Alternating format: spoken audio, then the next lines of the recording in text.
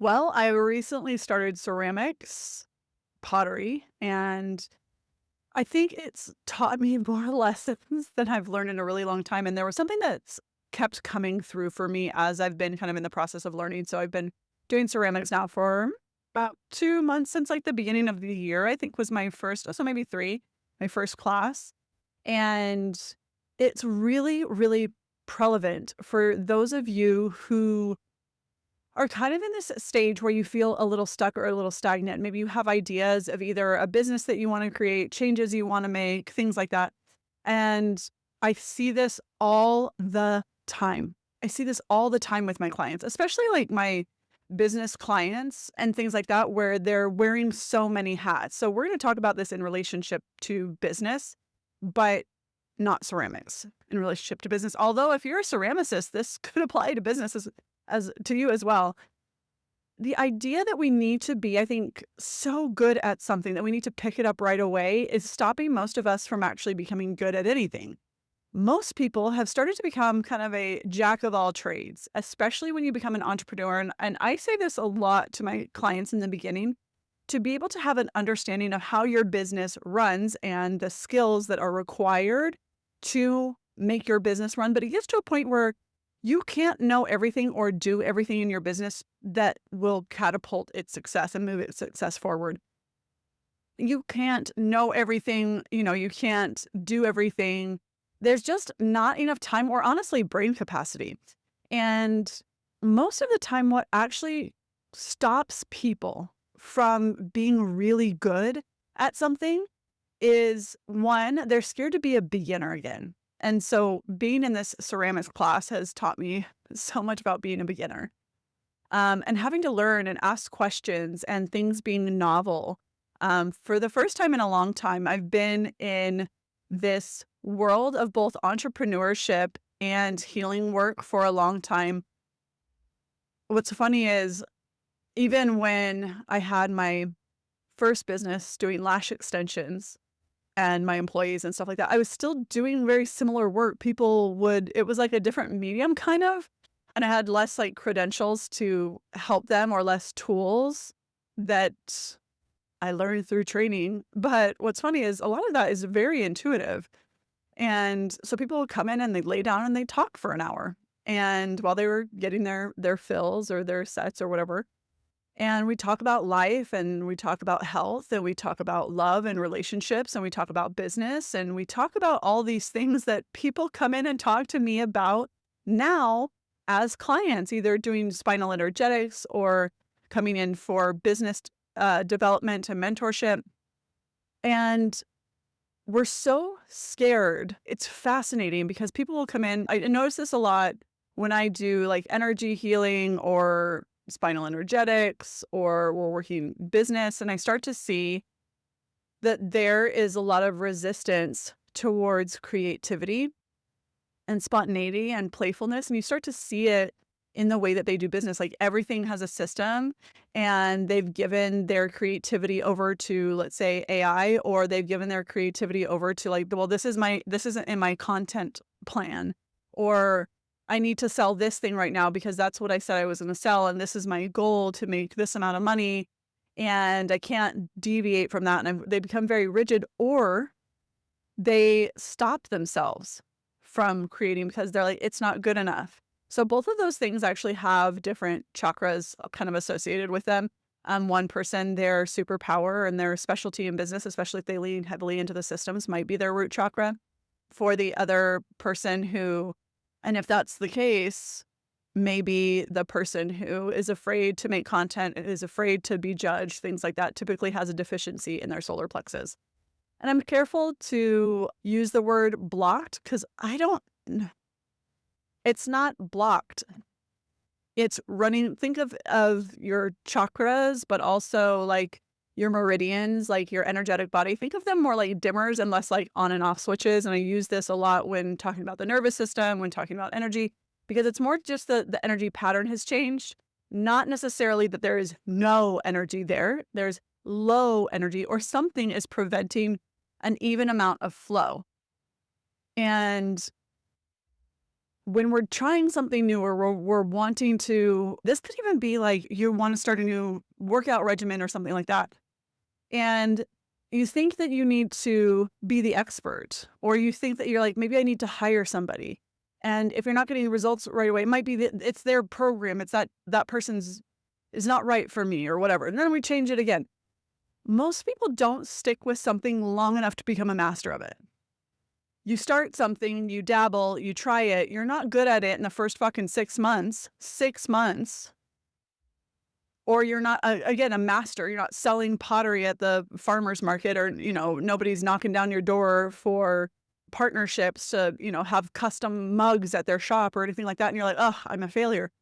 What this has really taught me is, because I'm really doing this because my kids are older, or they're getting older. They're both in high school. And so I have more time than I've ever had before. I also have just a big shift in my life of what's important.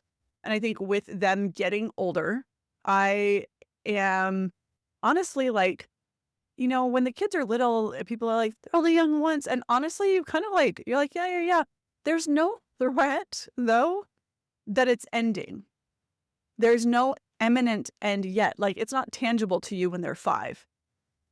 Because if they move out, let's say they decide to go to college, so they move out at 18 or whatever, you still have, if they're only 5,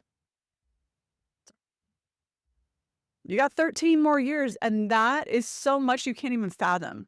But when your kids hit high school, or things start to have that pressure behind it, you start to realize, oh, like, I feel more value in time with my kids than I ever have before. And not that I didn't place that as a top priority for me always. I always readjusted. It's why I started working for myself. I wanted to have a business schedule and a work schedule where I could make myself available for them. But so now I have this extra time, but I need flexibility because I want to be able to spend as much time as I can with them, because their adulthood is getting closer and closer, which means that I become they spend less time with me just by nature. They start doing their own thing. They get their own careers, families, whatever it is. Like, that's all a lot closer to me than diapers. So I'm looking at things and I'm like, try this. This will be fun. Like, this pottery studio opened up, I don't know, like sometime last year. I think it's been about a year now that they've been open. And I was like, I'm going to try this. A friend of mine started there. She's like, I love it. It's so fun. I started and I was like, oh, this feels unlike anything I'm doing.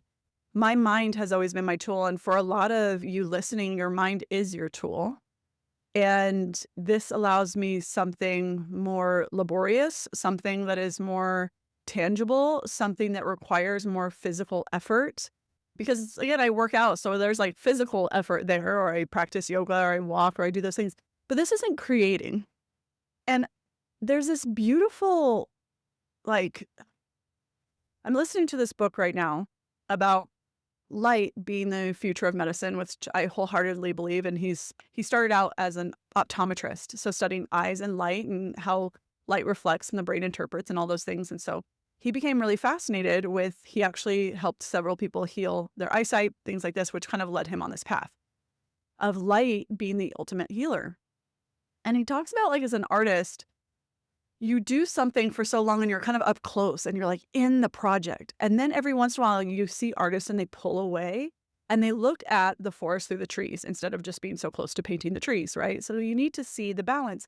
And so many of us get started on things, and because we are not good at it right away, or it doesn't come easily to us, or we haven't given it a long enough time to develop the skill, we back away from things that feed other parts of us, that feed our creativity, that feed playfulness, that feed connection, that feed all of these other parts of us that are important besides our business. But you see it in business too. You're wearing so many hats that you forget that you started this because you enjoy this, because there's an interest here, because something about it sparks something in you. And so when you're starting to learn things, think about more like leaning in out of curiosity of what this could potentially be, rather than it being a task to cross off, just to get good at something, just to Okay, well, now I know this. Like, now I've taken this class. Now I've passed this certification. Okay, now what? And we do this all the time, right? Once I do this, then this. And we're waiting for the fruit. We're waiting for the reward. We're waiting to be called the master or the authority. And they got that way because they honed in so clearly on their craft and let everything else, let somebody else do that. If you're a master, again, if you're like a master potter, you're probably not also the social media manager and the salesperson. You might be for a little while, but at some point you can't be running a pottery business, making all of the pottery and doing all of the marketing, all of the business development, website development, all of those things.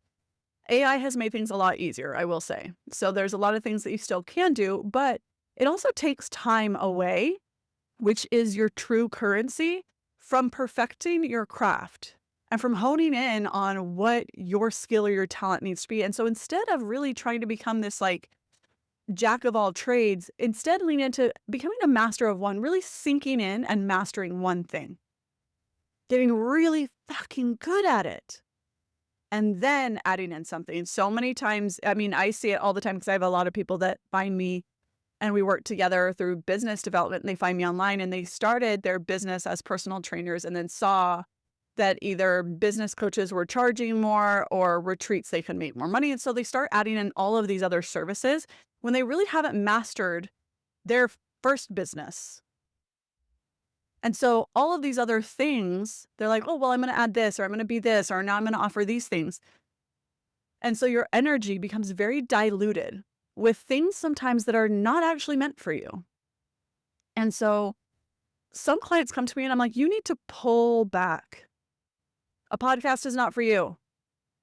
If you hate talking to the camera, if that's one of the things that you're like, oh, that's why I record so much like B-roll, or I take video of like my process or things like that. I hate like sitting and doing like yaps and chats. Like that's my style. And to me, that feels very comfortable. But a lot of people, it doesn't. And so that might not be for them. But there are so many other ways to do things. And when you pull back and you're like, what do I actually want to be a master of? What actually brings me joy? What makes me feel inspired? What makes me feel motivated? And you realize that you're like, oh, I'm wasting my energy, my time, those are your resources. Money is great, but again, time is really what people are, that's the exchange, is your time and your energy and your expertise. And that's what people pay you for. And so if it's taking you out of, so many people talk about this, but if it's taking you out of your quote unquote zone of genius, I think there's a time and a place. Again, when you first start your business, you can't afford to hire everybody. And so you do have to figure some things out. But I think it's really important to know these are the things that actually light me up. These are the things that I enjoy in my business. These are the things that make me feel most creative, most inspired. And I want to do more of those things. These are the things that don't, and these will be the first things that I hire for. And actually, that's kind of what helps when you take the which chakra is your superpower in business quiz. It actually helps you to identify that, like which is actually your unique kind of perspective or your unique gift within business, business development. Because then what'll happen is the skills that lie in the other chakras, those are the ones that you'll hire for first. And when you start to understand that, rather than just hiring things that you think people need or doing things that other people are doing, you actually typically make a lot more money because you're able to actually go deep instead of wide for whatever the skill is. And those are the things that people pay big. You see all the influencers, what doesn't even matter what niche you're in, but you see people that have really made it big and are really well known. And part of that is because they've gone deep instead of wide. They've stopped trying to please everybody. And they've honed in on what makes them feel the most inspired. And that's usually what makes you also feel most magnetic. So the more that you pull yourself away from these things by entertaining all these other like fucking side quests constantly, the less energy you have to give to the thing that you're good at. The more that you can lean into those things, the more that your business expands, because that is your magnetism.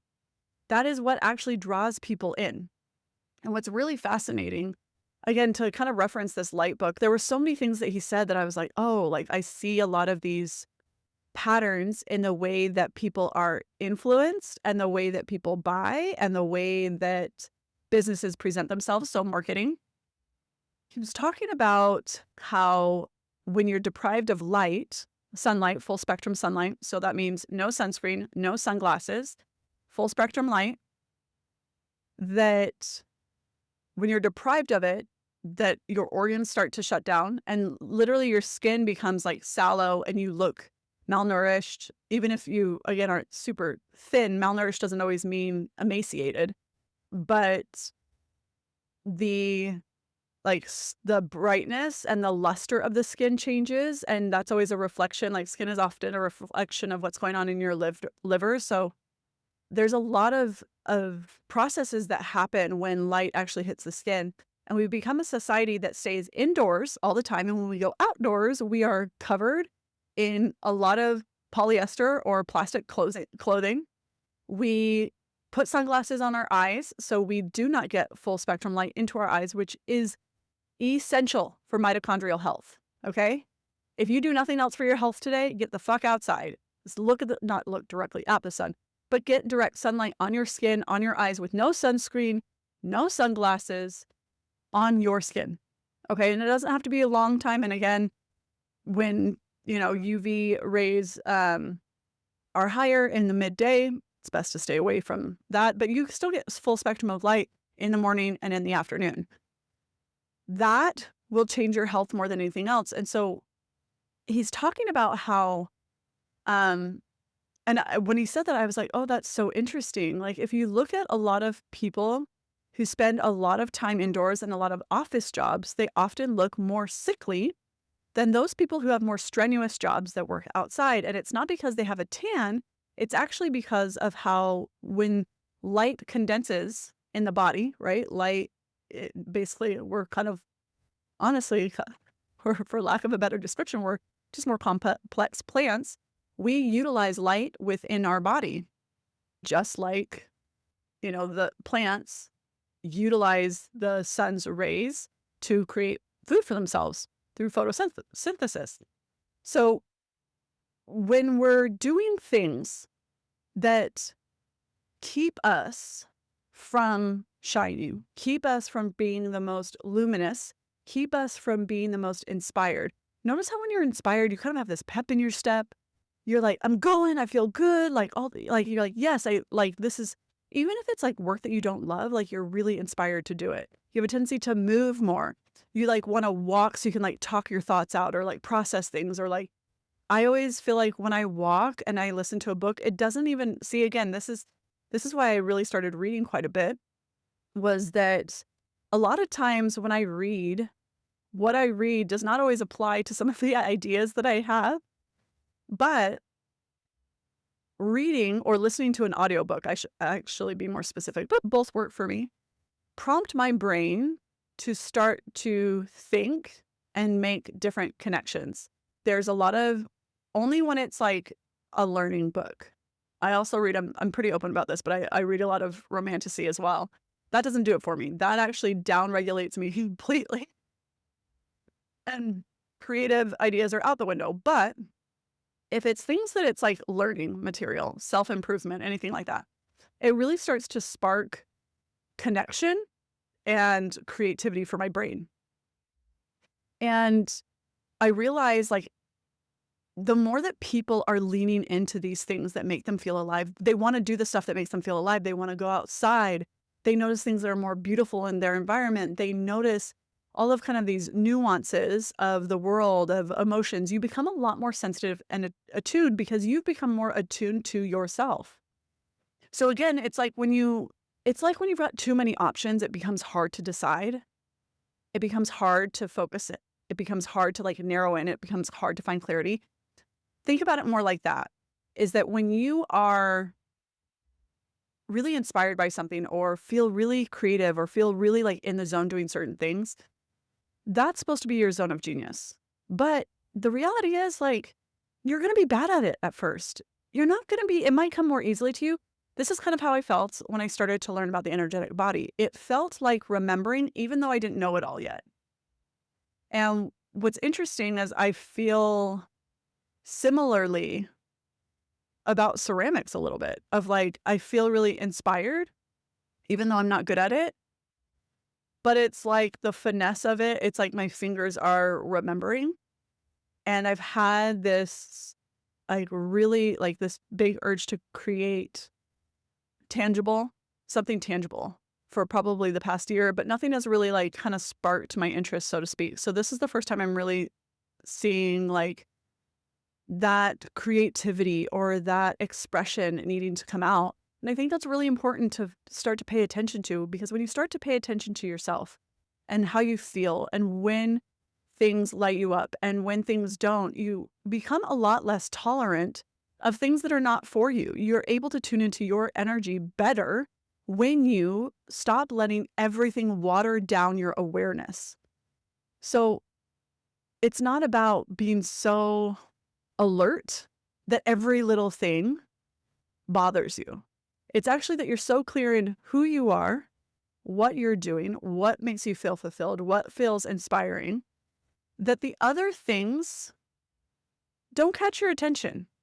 You listen, you watch, oh, that's cool. I might, try something once, but I'm not distracted by it. I'm not distracted by the next shiny object. And it comes and goes in business. There was a huge boom of coaching and mentorship in 2020. And I have seen almost probably half the people that were in the industry with me, because I had started doing business mentorship before then, fade away. They've started podcasts, stopped them. They're doing other things. They went back to a corporate job, things like that, because you have to be willing to commit to the depth. And I kind of think this a little bit about like snorkeling versus like scuba diving. Snorkeling, most people can do. Most people can float around the top of the water looking at things, But the amount of training and hours, and honestly, like the amount of like fear of like going deeper and trusting like your air valves and all of that of your air tanks, and takes a long time. It takes a lot of training. It takes a lot of trust in yourself. And a lot of that development doesn't happen quick. It costs money to go places, to acquire the hours, to do those things. But it also comes with some of the views that very few people in the world have. I found this fun fact out the other day, and I did not know this. Only 1% of the world can handstand.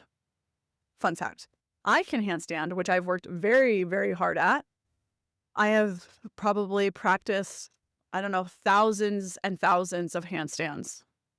Thousands and thousands, probably. I've probably tried a handstand and not stuck it over 5,000 times easily. And so when I started to like be able to hold my handstand and stuff, oh, that's so interesting, blah, blah, blah. But again, most of the world, because they're not willing to fail 5,000 times, are not going to get good at it. And again, kind of coming back to the choosing ceramics, understanding that ceramics worked for me because it was something that felt creative. It's like, I'm like kind of getting a little teary-eyed just thinking about it, because I shared on my story, like my first like couple of pieces came out from the kiln. And the part of me that had to grow up really early and very fast, being the oldest of 5 kids and just the situation that my family was in, I was more of an adult than any of my friends ever were in elementary school, middle school, high school. And so that part of me that just did things for fun was stifled, for sure. And this allows me to be able to foster that part of me that just did it for enjoyment. It's the only thing, and probably the first thing ever in my life, at an almost 40-year-old woman, that I've ever done just because I enjoyed it. Not because it was something to keep my kids busy or something we could do together. Not something that made me money. Not something that, a lot of times I enjoy education. So I'm actually just getting back from a weekend conference on homeopathy, which is wonderful. And I'll do a whole podcast episode on that. But everything always had a purpose, even working out. I was overweight and that was something that I obviously didn't like for myself, but I also didn't want to be the parent that couldn't sit down on the floor and get up off the floor, that couldn't get out there and run a lap with my kid without feeling embarrassed that I was out of breath, or I didn't want to be the parent that couldn't fit on playground equipment and play with my kids. And so, yes, some of it was for me, but it was also for them. I wanted to be the kind of mom that they could be proud of. And when we're learning these new things, it's so normalized when we're younger, when we're kids, when we're in school, to be bad at something. In fact, we tell our kids this, like, it's okay. Like, it's normal to not be very good at first. You have to keep practicing. How many times do you take your kids to, soccer practice, baseball practice, dance practice, football, all these things, and they come in and they have a bad day and you're like, it's okay. You're learning. This is new. And you never give yourself that same pep talk when you're learning things new that are new. That you dabble and surface graze all of these things that you might be interested in that could really be for you. But instead, you're either deterred because you're not good at it right away, or you're letting all these other things prevent you from really honing in and going deep. It's like you need to be able to clear and cut out these distractions so that your soul and your energy has clarity of where to go. And the way that you do that is by repetition. And so we're really starting to, especially with the, basically like attention currency society where people are being paid for views, for how long you stay. Like, it is wild to me that honestly, that is a currency. Attention has always been a currency.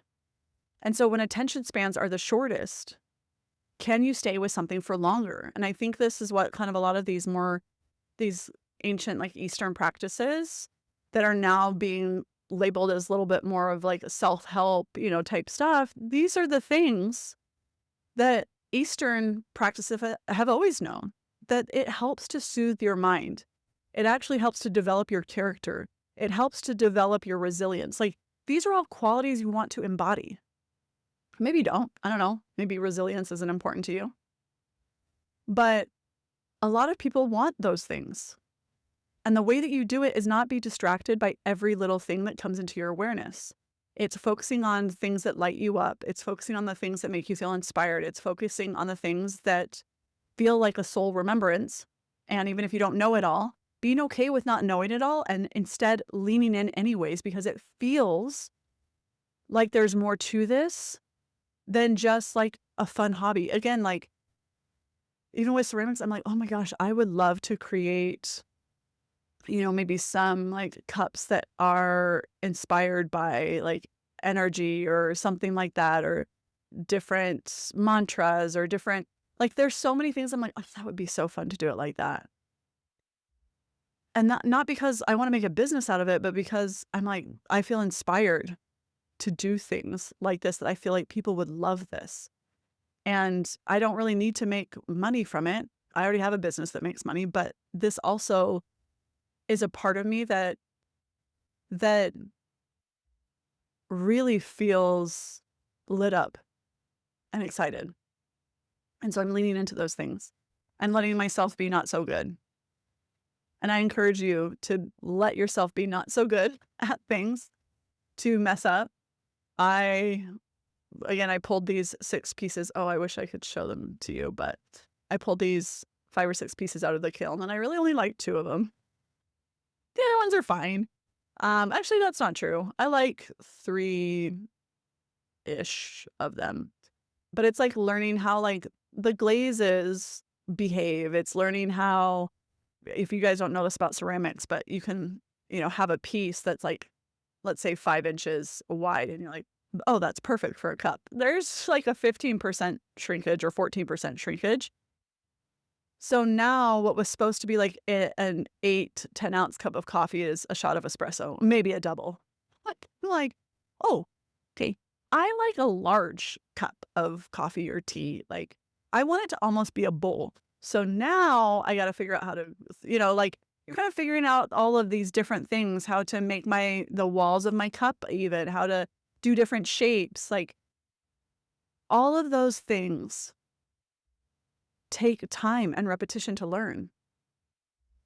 And just like in all things in life, the more that you stay focused, the more that you lean in, the more that you aren't deterred by all of these like shiny objects, or again, that attention economy, the more that you become magnetic. And that actually, it literally changes the way that your skin glows. It changes, people hear you differently because your voice, your frequency actually starts to change. So I've actually worked with people that when we started doing some healing work, we did work around their throat chakra for expression, things like this. Their voice sounds different, completely different. I mean, they still, I work with pretty much all women. So they still sounded like a woman, but their tone changed. Still sounded like the same person, but it's like the person who has like more melancholy and, dragging their words out, to the person who's passionate, they're ready. Like, sounds like the same person, but not. And actually, like, one person sounds like, or one version of them, their voice sounded significantly deeper. And then all of a sudden, they weren't putting on a fake voice. They weren't putting on a performance, but their voice sounded a little bit higher pitched. There was a lot more clarity in their words. Like, the cadence of their voice changed, tone changed. Understanding that the more that you lean into the things that make you feel that way, there's actually a physical response too. And again, this makes you more magnetic. So if you're wanting your life to change, if you're wanting different experiences, if you're wanting different people, different friendships in your life, start to lean into the things that make you feel inspired. That starts to attract more of what you want into your life when you're going deep for things, when you're really starting to start to chip away at the things that aren't you, the more of you is revealed. And in doing so, I feel like that really changes the type of person that's attracted into your life. So whether, again, this is a partner, this is a friendships, this is business opportunities, those types of things also start to change. So don't be afraid to be bad at things. Lean into the learning part. Stop skimming the surface and letting everything grab your attention. Start zoning and honing in on what's meant for you. Okay? I talked about this earlier in the episode, but if you're wanting to know a little bit more about your energetic body and what your zone of genius is, you can use the link below, which chakra is my superpower in business. So you can figure out which actually is the leader of your business. And that way too, you have more clarity about yourself, what you should hire for and things like that when the time is right for your business. That will really help you. But until next time, my friends, cheers.